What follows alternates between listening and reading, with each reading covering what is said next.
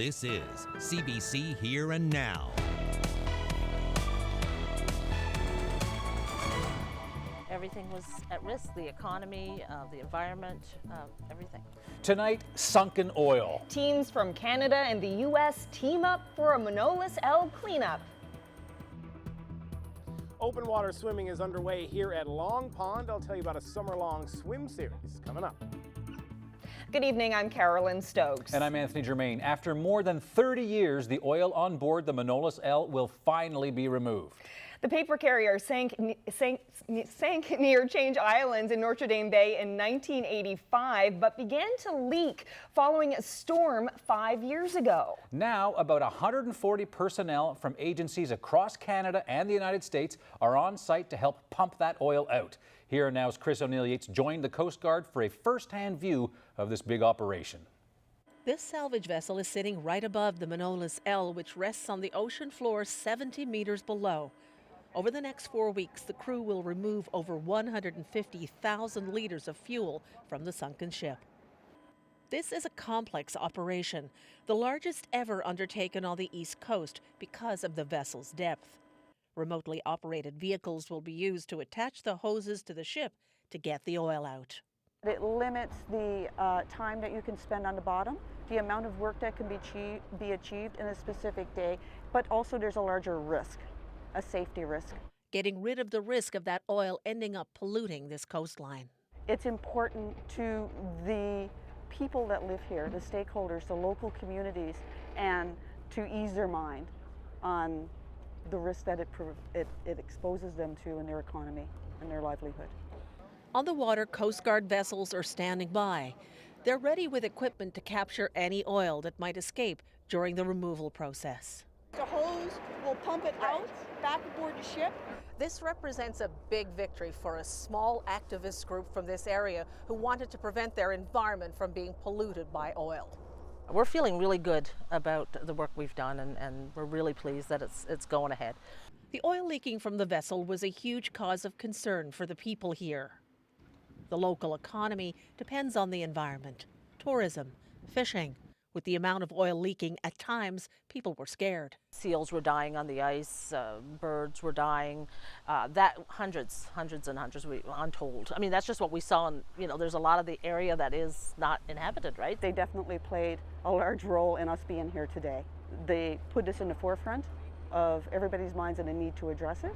The operation will cost $15 million and should be completed in roughly 4 weeks. No longer posing a threat to those who live, work, and play on this magnificent stretch of coastline. Chris O'Neill-Yates, CBC News, off Change Islands. A close call at Costco today after this SUV went up in flames. The vehicle had been at the Costco gas bar when the driver smelled smoke and then moved it, and that's when it burst into flames. The St. John's Fire Department responded, put out the fire, kept people away, and someone inside Costco also pulled the fire alarm when the SUV caught fire, so the firefighters had to get in there to turn off the alarm system as well. The firefighters say things could have been much worse if the SUV had been closer to the gas pumps. The gentleman was going to get gas at the time, and he decided when he smelled the smoke to move over here, and from the gas pumps to here, which is probably 200 or 300 feet, then he sees smoke coming from the dash, and he jumped out and told him to call the fire department. Thank God it was far enough away, a couple of 100 feet from the gas pump, so it wasn't anything pressing. We hit it with an 1.5 inch line and foam and put it out instantly.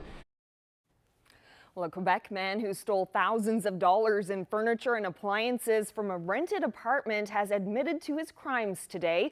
Dominic Delisle hired a moving company and gutted $30,000 worth of his landlord's belongings from a condo in downtown St. John's. Today, he pleaded guilty in provincial court. Here Now's Ryan Cook reports. Can we talk? All right. Defense lawyer Randy Piercy and Crown prosecutor Jeff Summers made a deal before court today. Piercy's client, Dominic Delisle, would avoid trial and plead guilty to stealing furniture from a condo on Souvla Street if some other charges were dropped. It's alleged he and his wife, Sarah Deneau, hired a moving truck last winter and emptied everything. Well, everything except this washer and dryer. In February, the couple were listed as wanted by the RNC. Days later, the furniture was found in a storage locker in Quebec City. And then in April, Delisle was caught by police after a high-speed chase in St. John's. We now know more about how that storage locker was found. Delisle contacted his father, a lawyer in Quebec, and told him where the furniture was. He then told him to tell the police. Now, the deal the lawyers made today comes with a $16,000 restitution order. That's for the cost of shipping everything back, as well as lost rental income.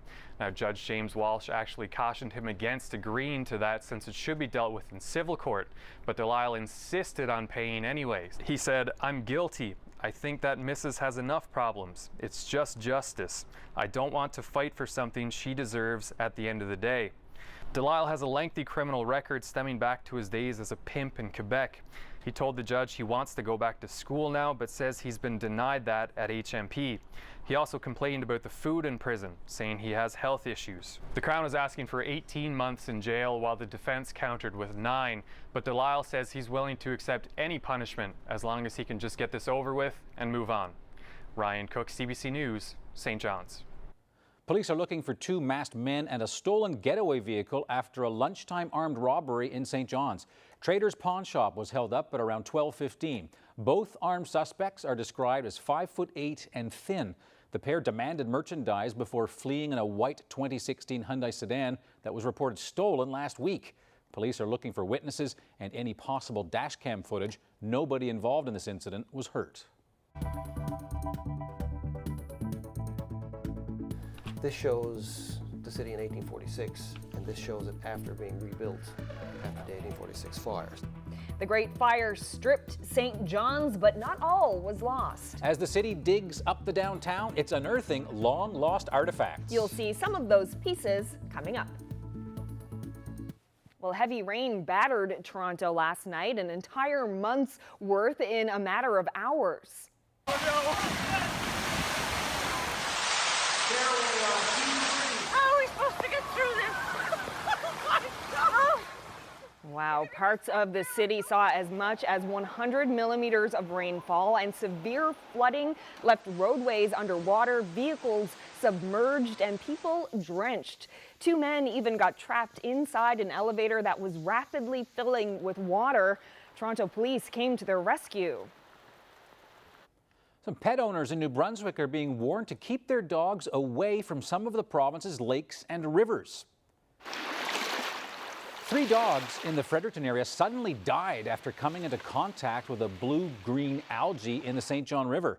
The toxic blooms form when temperatures are high and water levels just too low. New Brunswick's Chief Medical Officer of Health is also warning people planning on swimming to scan the water for strange colors or odors before they go in for a swim. They also should avoid swallowing lake or river water, and they should rinse themselves off immediately after swimming. Well, if Long Pond looks a little full tonight, it's not just because of the beautiful weather. No, an annual open water swim series takes over the pond every summer for those looking to enjoy the joys of the outdoors. The competition got underway at around 5:30, and here now's Jeremy Eaton is there. So Jeremy, have you taken a dip? How's the water? Well, you can't see it, but I'm standing up about ankle deep, and it's pretty warm in the shallow water. But when they put out the orange buoys here behind us on the other side, it was about 19.5 degrees. So the heat that we've had last month is great for this water because it warms it up, because nobody loves swimming in freezing cold water. Now, I'm not sure if you can tell, but the wind has picked up a little bit, which means that there's waves pushing down the water, which means they'll be swimming against it, which isn't a lot of fun for everybody, but everyone's still having a good time. So the swim series got underway on July 18th, and it runs for 6 weeks until the end of August. Now, there are 2 separate distances. There's a 750-meter swim, and there's a 1.5-kilometer swim. And there's different age groups, all the way from beginner up to the elite. Now, the elite just finished. So in case you're wondering, the elite swimmers do it in about 19 to 21 minutes. That's 1.5 kilometers. So you can't really see it, but there's a square route here behind us. So that's a 750-meter lap, and they do 2 laps. So for some of them, it's about gaining the points to become the champion and get the trophy. But for most of the people here, it's all about getting out and having a little bit of fun and getting better at being an open water swimmer and doing it in the heart of St. John's. Now, I'll be back later on to talk about the woman behind this program coming up later on the show. Reporting live for Here and Now, I'm Jeremy Eaton in St. John's. Here's your winning chicken. Oh, thank you, Mother. You're welcome. A point system for produce. How one small town store owner is coaxing customers to buy more fresh food. That's ahead.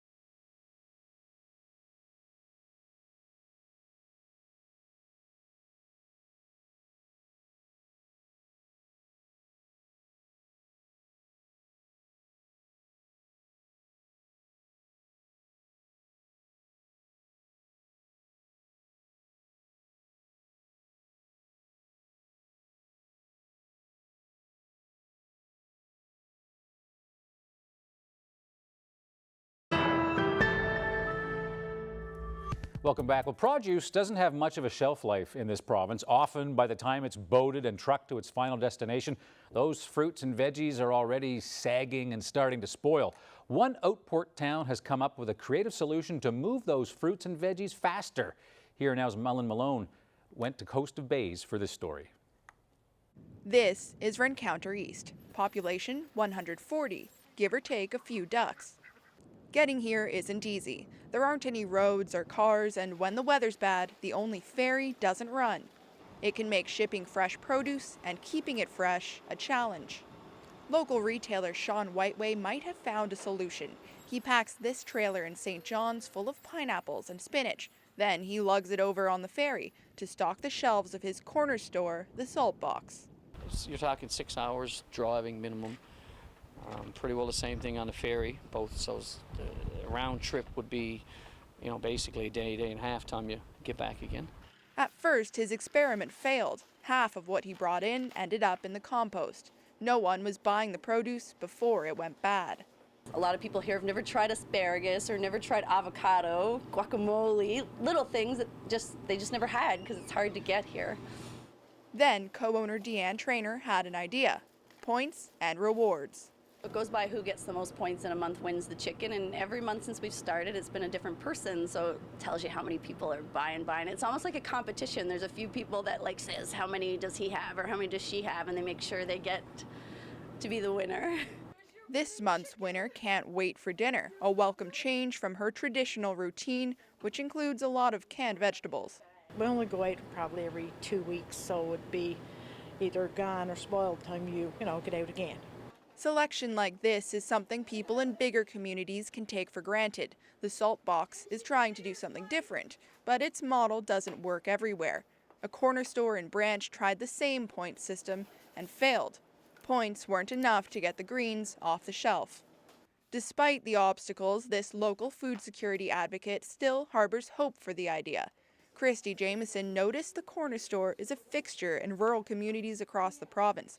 She helped start the Healthy Corner Store project back in 2015. We get really excited because we see that as corner store owners that are really acknowledging or realizing the power that they have to make significant change within the food system. Corner stores like the Salt Box are leading the way. Here in Canada's most obese province, where diabetes and heart disease are sky high, and research from Memorial University says fast food joints outnumber grocery stores nearly 5 to 1. So we have a very small population spread out this incredible landmass, leading to having many small communities spread out great distances, which leads to this incredibly complex and challenging food distribution puzzle. The Salt Box sees healthy competition as the town's best bet for a nightly salad and a popular way to keep their products from rotting. That way, come dinner time, everybody wins. Malone Mullen, CBC News, Coast of Bays. A sewer project in downtown St. John's has revealed some historic treasures. As Ariana Kelland explains, these finds shed a new light on just how big of an impact the Great Fires had on modern-day St. John's. Water Street is a place known for its history. Once upon a time, this was known as the Lower Path, with shops, tailors, and taverns on this side, and merchants and warehouses down by the harbor. And for centuries, evidence of this past life sat just below the surface. That is, until now. Okay, this map is from 1751, and this here is the approximate area that we were working in. Blair Temple is an archaeologist who has worked on many downtown digs. The city is required to have someone like Temple on site in case something like this gets uncovered. This here is dates probably to about 1800, 1820, and is rare because you just don't find complete bottles like that on archaeological sites. In this case, the bottle was found in the deep holes dug by contractors for a new sewer system on Water Street. At first, Temple only saw the back end, but as he kept digging, he realized he had the full bottle.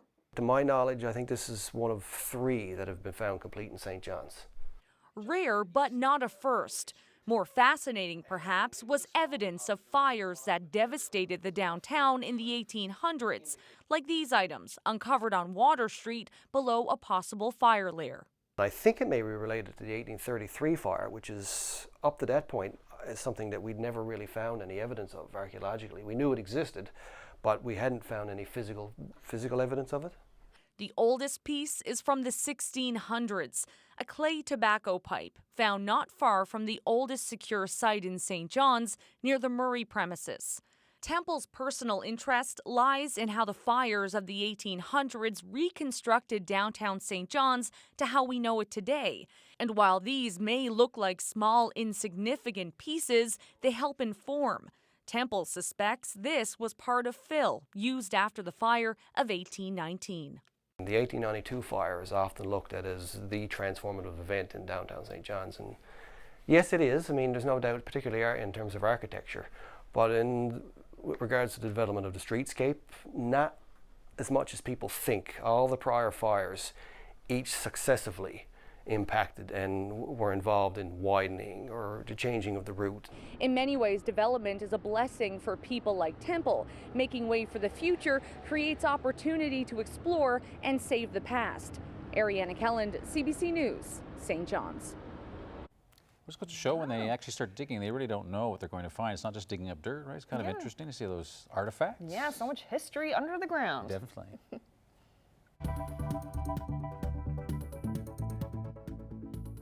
Well, the swimmers are in the water here behind me. They're getting ready to tackle. We're going to talk about the open water swim series coming up.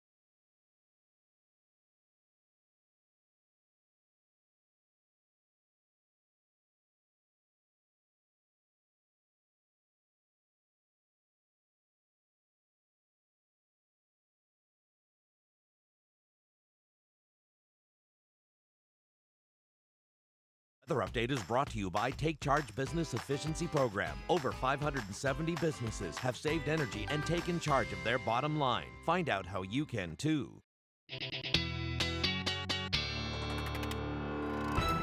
Well, we're going to get to the weather, but first, Carolyn, you've got a update for us. I do. I have been a busy bee today.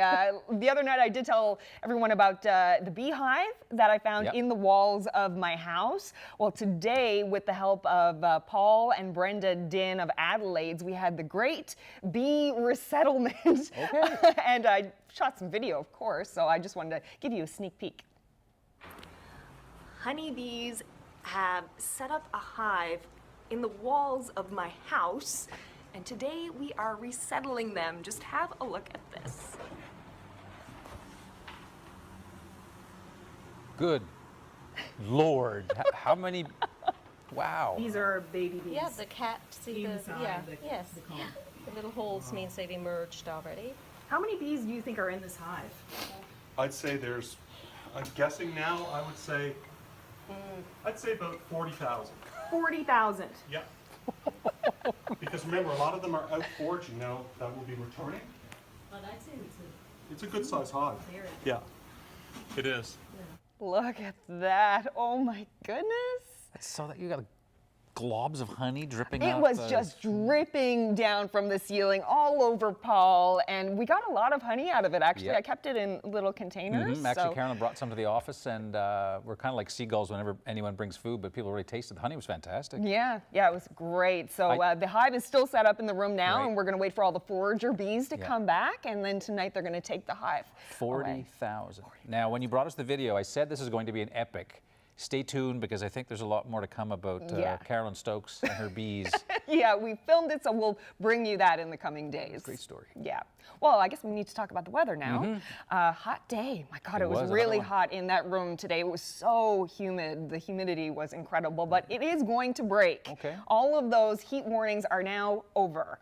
So let's have a look at some current temperatures for the province right now. It is, these are the highs today. It got up to 27 degrees in St. John's and in Badger today. A bit cooler along the coast of Labrador, and temperature is not going to be quite as hot tomorrow as they were today. We do have a few showers for the west coast and maybe a scattered shower for central overnight tonight, but really not very much. You can see just little specks of wet weather tonight. Clear right across Labrador overnight this evening. And overnight lows, you can see the humidity really will be breaking. We have a bit of a cold front coming through, so getting down to 15 degrees in St. John's, and Grand Falls winds are 13 as the overnight low. Some fairly light winds for the west coast, so it's going to be a much more comfortable, cooler evening as you sleep for Labrador, especially 7 degrees as the overnight low there in Cartwright. So when you wake up tomorrow morning, this is what you will see out your window. In St. John's, mainly cloudy to start your day, 16 degrees, so it is going to start off fairly warm. For the rest of the island, though, western Newfoundland, a bit of a chilly start to the day, 11 degrees. This is like around 6:30 in the morning, 7 o'clock. And for Labrador, temperatures just barely in the double digits there. So throughout the day on Thursday, we're looking at a pretty nice day, but you can see the system here is pushing up through, and that is going to bring some wet weather Thursday night into Friday. But for Thursday itself, we're looking at a nice day. St. John's mainly cloudy day, 21 degrees. As we move towards central, 21 there as well. For Gander and Grand Falls, Windsor, 16, and Twillingate, so much cooler than it's been. On the west coast, sun and cloud throughout the day. Quite a nice day shaping up. Cooler there for the Straits, 18 as the high in Mary's Harbour. And for the rest of Labrador, temperatures in the mid-20s for Happy Valley, Goose Bay, and a chance of some late day showers for Labrador City as that system comes through on Thursday night. I'll have more about that a bit later. Anthony? Thanks, Carolyn. Well, swimming with the fishes. It's the third week Splash and Dash Summer Open Water Swim Series, and it's an absolutely beautiful night to be out in the water. For 6 Wednesdays in July and August, dozens of swimmers race around Long Pond for trophies and, perhaps even more importantly, bragging rights. Here now's Jeremy Eaton is checking out the swim, and he joins us live. Jeremy. Well, Anthony, as you can see, there's no swimmers behind us because they're on the other end of the pond. But while they're swimming away, we're going to talk to the woman who created this swim series, Christiane Martin. Christiane, thanks for joining us here tonight. No problem. So when did you start the Open Water Swim Series? It's about 9 years ago we started it, and this is our 5th year here in Long Pond. And it's a swim series that goes 6 weeks in the summer. Why would you want to start a swim, like an open water swim series?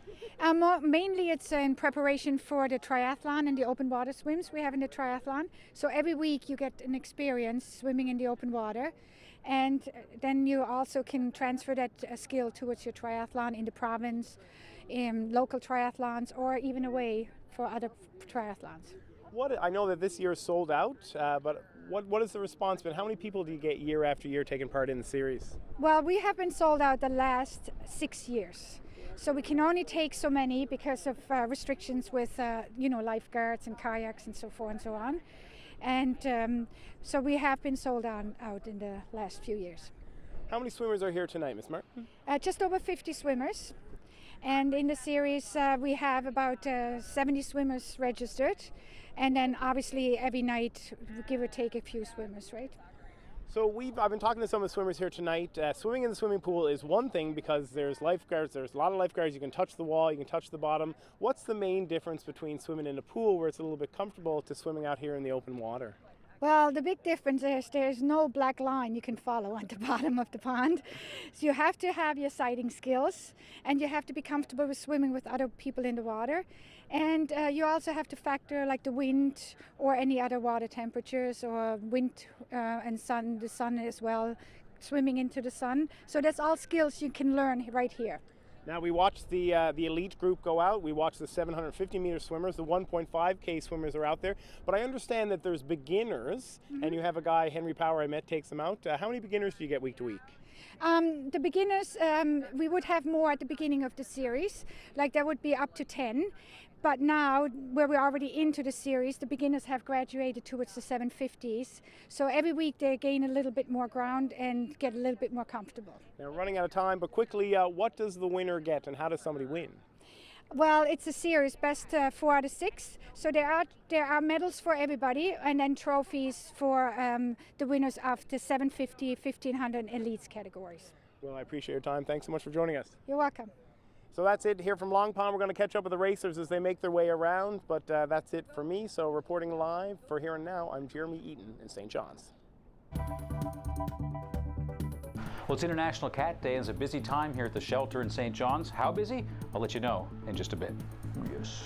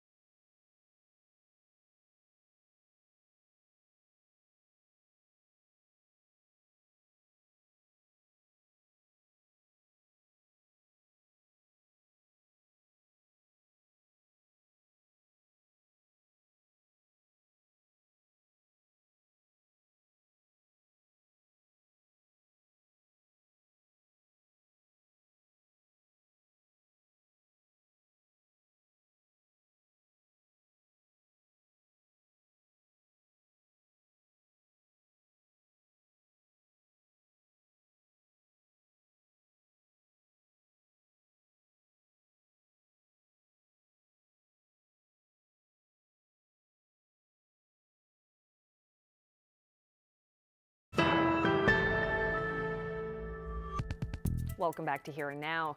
When Shannon O'Day Dawson's father, Fabian O'Day, died last year, she wanted to find a way to remember him that reflected who he was. Her father, who many called Faye, loved people and gardening, and the memorial to honor him is called Faye's Way. My father passed on February 16th of 2017 of last year, so this is just a little remembrance path, and it's a beautiful little space. So the infrastructure was made, so we put the path here and the stone, and I planted 6 flowering crabapple trees, and they have pink blossoms, and there's lots of color, and pink was a big favorite of my father's, so that's sort of the running theme here. But I think in many years to come the trees will be more mature and established and, you know, provide even more beauty for the people who pass along the path. This was a little natural idea that I thought of after my dad passed, and he was so happy in his garden, and he was such a brilliant gardener, and I really wish I had listened more attentively. So this is just a little path dedicated to something that he loved and was very good at. This was his land for 30 years, and he entrusted it to me, so it's private land, but it's a natural shortcut for a lot of students and profs and neighbors and people who just don't want to walk around. They just want to cut through and head to university and so on. So I just wanted to welcome people. Often people don't know if they're allowed to cross land, and they're so welcome to. So it was just a very simple little idea. I didn't know it was going to get any attention. Well, I think the thing about this path, like every natural surrounding, is it's going to grow and mature and become even more beautiful. And we took pictures last year, and even from last year to this year, it's it looks more mature, robust, and so on. So like with life, gardens are better shared. So I'll be splitting and multiplying and hoping that the path becomes even more beautiful. And I have sort of a swoopy image in mind of planting some low-lying flowers along the way. People are very kind, and my dad stood for a lot of thoughtfulness and, open door, open heart. So we just thought that this would be a nice way to remember him. What do you think your dad would think of it? Oh, I think he'd have fun. I think he'd be over here and he'd be giving lots of advice on how to, make the soil a little bit better for growth and nutrients. And, he'd have some very good suggestions as to what to plant.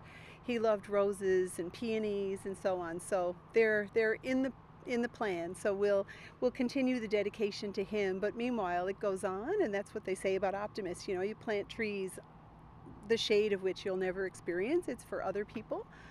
So that's the plan and the hope here.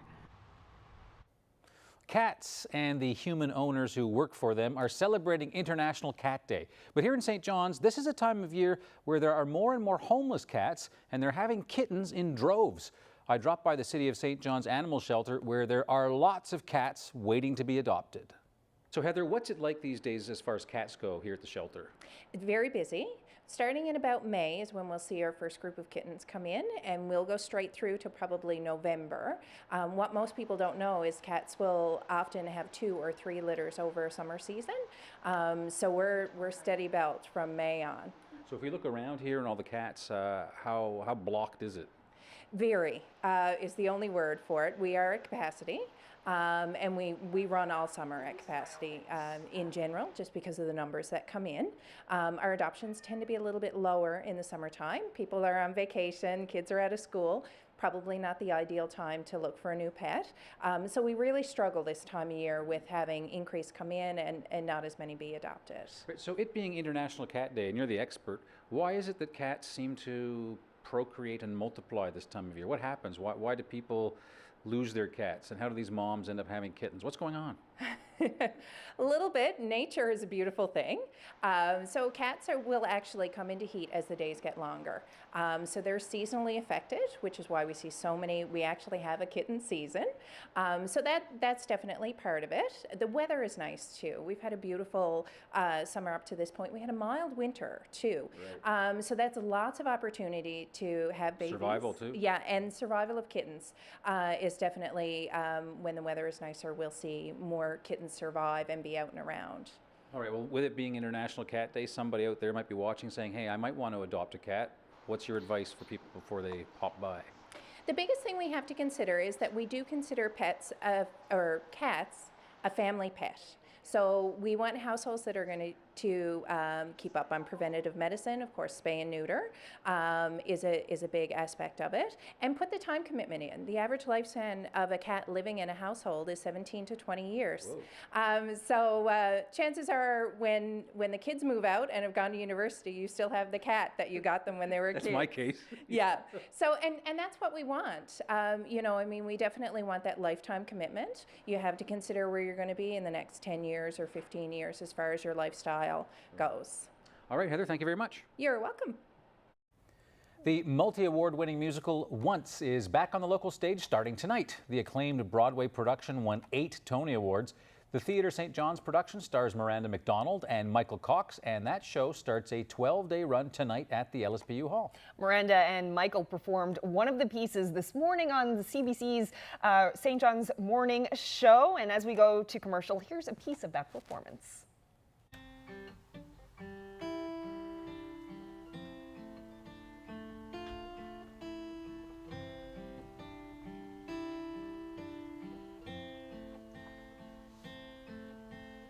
I don't know you, but I want you all the more for that.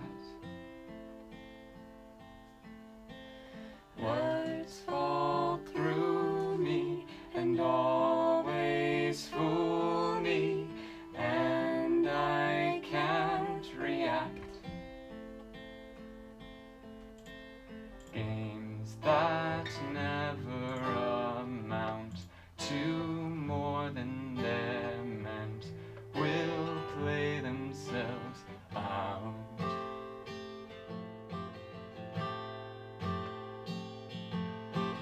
Take this sinking boat and point it home. We've still got time. Raise your hopeful voice. You have a choice. You've made it now.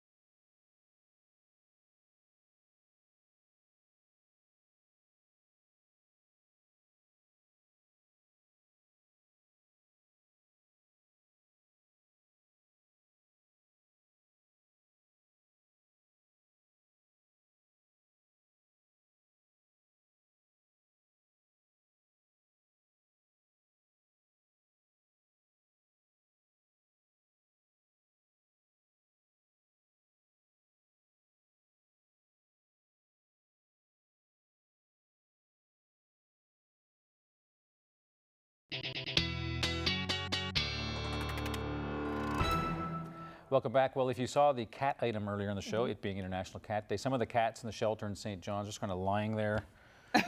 Flop down. Flop, right, because it's pretty warm today, but that's going to change, right? It is going to change. All of those heat warnings are now over for central areas, so that humidity, we're definitely going to get a break from that starting tonight. But let's start with looking at the current temperatures in the province. Still 24 degrees in St. John's, a lovely evening for a barbecue or for a walk.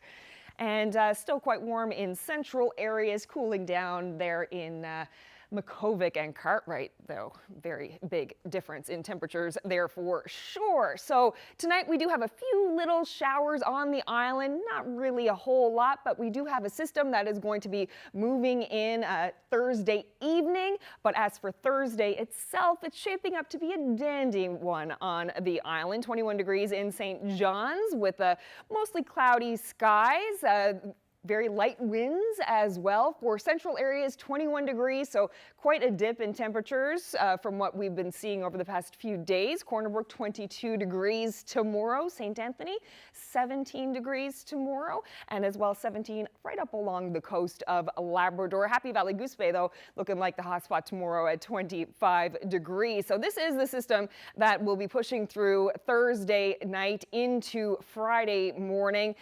It looks big, but apparently we're not going to get a whole lot of heavy rain. The amounts won't be huge with that, but we are looking at showers for the west coast and more of a chance of showers for central and the east. Temperatures going back up to the mid-20s. They're cooling down below 20 for Labrador, so showers in western Labrador, 18 degrees. Eastern Labrador looking at 16, so quite the change in temperature. So Friday evening into Saturday morning, we are looking at some more showers. That system continues to make its way through, but then things start to clear off very nicely on Saturday. So it is shaping up to be quite a nice day. We're looking at 25 degrees with a mix of sun and cloud for the St. John's area and eastern parts of the island, and similar story for central and the west. Temperatures in the mid-20s, no precipitation in sight. But for Labrador, looking at a bit of wet weather there, a chance of showers, 20 degrees in eastern Labrador and cooler there in the west.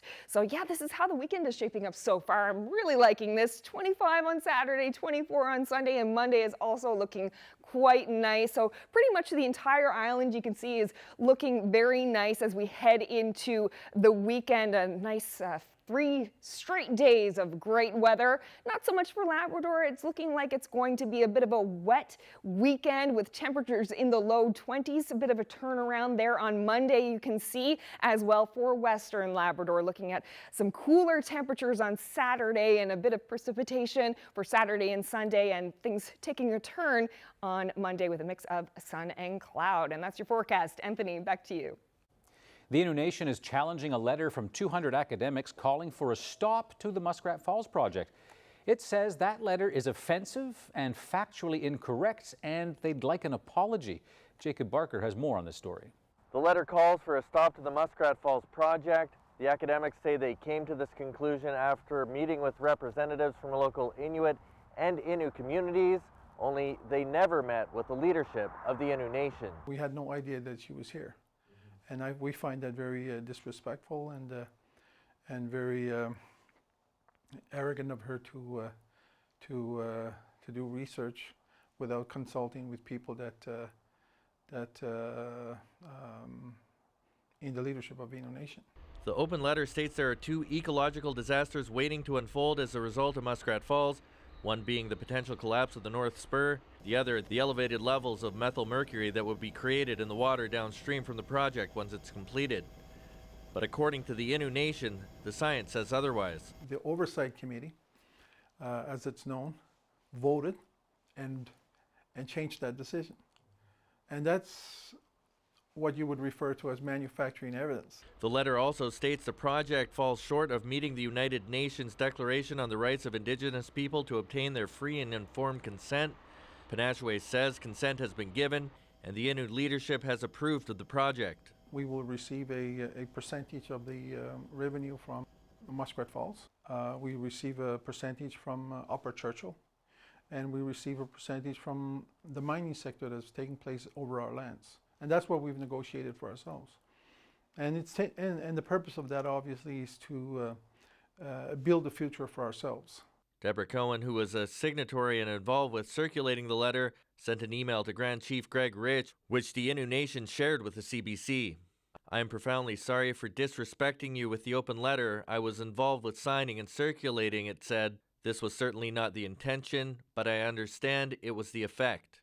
Despite this, the Labrador Land Protectors Group, which stands against the dam, called on the academics to stand by their words. Those of us involved in this resistance have always had opponents who criticize us, who tell us we're in the wrong, but we still stand fast to what we believe to be the truth. And so that's really what we're asking the scholars to do. Carolyn was out of range and unavailable to speak today, but she said she would be able to further respond in the near future. Panashway said he hopes she and the other signatories take the time to review the evidence and issue an apology. Jacob Barker, CBC News, Happy Valley Goose Bay. It's widely seen as the battle that marked the beginning of the end of the First World War, and Canadian troops played a key role in it.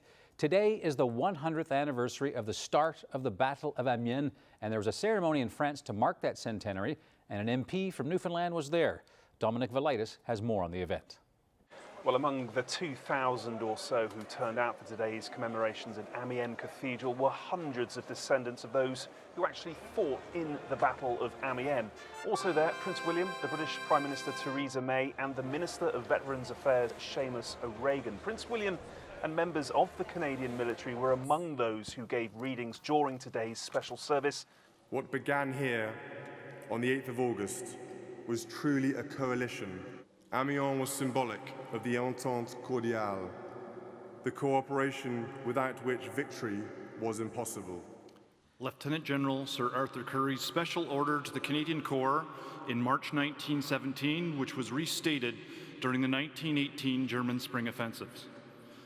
Under the orders of your devoted officers, in the coming battle, you will advance or fall where you stand facing the enemy. To those who fall, I say you will not die, but step into immortality. The Battle of Amiens is widely viewed as the beginning of the end of the First World War. It marked the start of the so-called 100-day offensive, or as it's also known, Canada's 100 days, the big Allied push across eastern France which forced the Germans to retreat and eventually surrender. Canadian troops played a big part in the Battle of Amiens alongside Australian soldiers and British tanks. They spearheaded the assault, smashing through German defences, capturing thousands of prisoners and enemy equipment in a matter of hours. It was a devastating assault on the German lines, so much so the 8th of August 1918 became known as the Black Day in Germany. But as well as changing the course of the First World War, the Battle of Amiens changed the nature of warfare itself. Military planners who'd witnessed the carnage of the Somme offensive introduced new tactics and equipment which moved the fighting from the trenches into the open ground. So by all accounts, an important battle during the First World War, and one Canadians played a hugely significant part in. Dominic Velitis, CBC News, London. The dispute between Canada and Saudi Arabia appears to be growing. The Saudi foreign minister is now demanding an apology from Canada after Canada criticized the jailing of women's rights activists in the Middle East nation. Knows what it needs to do. Canada started this, and it's up to Canada to find a way out of it. A mistake was made, a mistake needs to be corrected. Very simple. There's nothing to mediate. Well, Prime Minister Justin Trudeau says he is not going to apologize to Saudi Arabia for criticizing the country's human rights record. Trudeau was asked about the diplomatic crisis today in Montreal. Canadians have always expected our government to speak strongly, firmly, clearly and politely about the need to respect human rights at home and around the world. We will continue to do that. We will continue to stand up for Canadian values and indeed for universal values and human rights at any occasion. That's something that Canadians expect. It's something that I will always do. Now, Trudeau also told reporters that Foreign Affairs Minister Chrystia Freeland held a long conversation with her Saudi counterpart yesterday, but he offered no details. A statue of Canada's first Prime Minister may be coming down in the BC capital. A statue of Sir John A. Macdonald is outside Victoria City Hall, a group set up by the city last year to address issues around reconciliation has recommended the statue be removed, saying Macdonald was, quote, a leader of violence against Indigenous peoples. Victoria's mayor supports the move to take the statue down, at least temporarily. The plan is to replace it with a plaque that says efforts are underway to recontextualize Macdonald in an appropriate way. We all know that disposable cups for tea and coffee quickly become garbage, but they are convenient for people on the go. In Quebec, the Provincial Green Party is proposing what it calls an easy solution, a deposit system for reusable cups. Navneet Paul explains. Things are looking good for Dominic Jacques. His coffee shop franchise, Milk, is expanding. He says he'd like to be greener and stop serving disposable cups. I don't have a solution, and I'm actively looking for one, and like compostable is not really working, like, and all those things, like, so it's just I feel stuck. The leader of Quebec's Green Party has an idea. It's a system that looks a lot like beer bottle deposits. People buy coffee, they'd be able to take a reusable cup and they pay a deposit, then they can consume the coffee, and when they're finished with the cup, they can bring it back for a refund for their deposit. The cups would cost up to $3, and coffee shops would take the empties and clean them. The cups would all look the same and could be returned anywhere. Buying the first round of cups would be at the expense of the provincial government. However, the governments can save a lot of money on this program also because they won't have to pay to get rid of these billions of coffee cups that end up in the landfills. It's to be green friendly essentially. They're all in the front right there. Cafe 92 in NDG is already trying a similar program. They still offer disposable cups, but are encouraging customers to use these ones instead. They're giving them out for free. If we started charging people with it, it would just discourage them instead of encouraging people. Jacques does see potential in the Green Party's proposal, but says there's just one way it would work, if the big chains got on board. If they don't do it, it's hard for us. Navneet Paul, CBC News, Montreal. Here's a look at today's viewer photo of the day. Those clouds look ominous, don't they? They do, and I know this place, and I could give an audience clue. It's a very dramatic picture. Oh, good one. There we go. We'll have the answer coming up.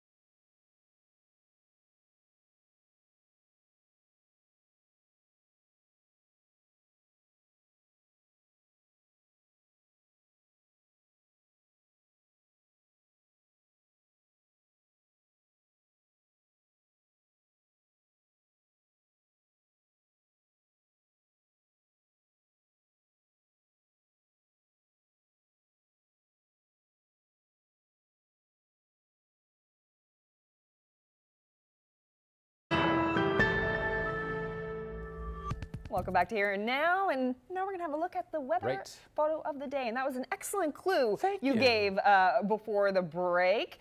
Yes, people familiar with the area will recognize the buildings there. That is the big clue that this photo, in fact, was taken in Trinity. That's right. And the dramatic reference was, of course, that theater. I've seen a couple plays there. Gorgeous spot. And that was hence the dramatic, although the thunderstorm brewing is pretty dramatic in and of itself. It is. And thank you very much to Wayne Elms for sending this photo in. And if anyone out there has a photo you'd like to see on the news, just email it to nlphotos@cbc.ca.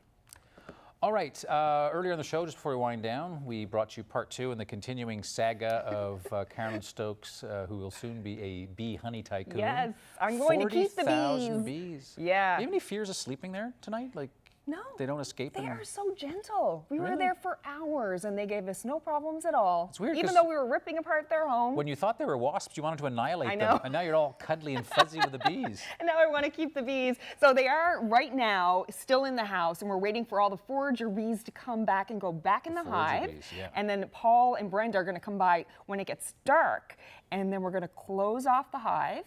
They're going to take it with them, Yeah. and for 2 weeks. And then they're going to, because if they leave them on the property, they'll just go right back in. Right. So, and then after 2 weeks, they're going to bring them back. Right. And, well, keep bringing the honey to work. She's the most popular person in I'll the have office. updates. With free, fresh honey. Now, I'm heading off for about 10 days, so you'll be here taking care of things, and I'll see you in a week or so. All right. Good night, everyone. Good night.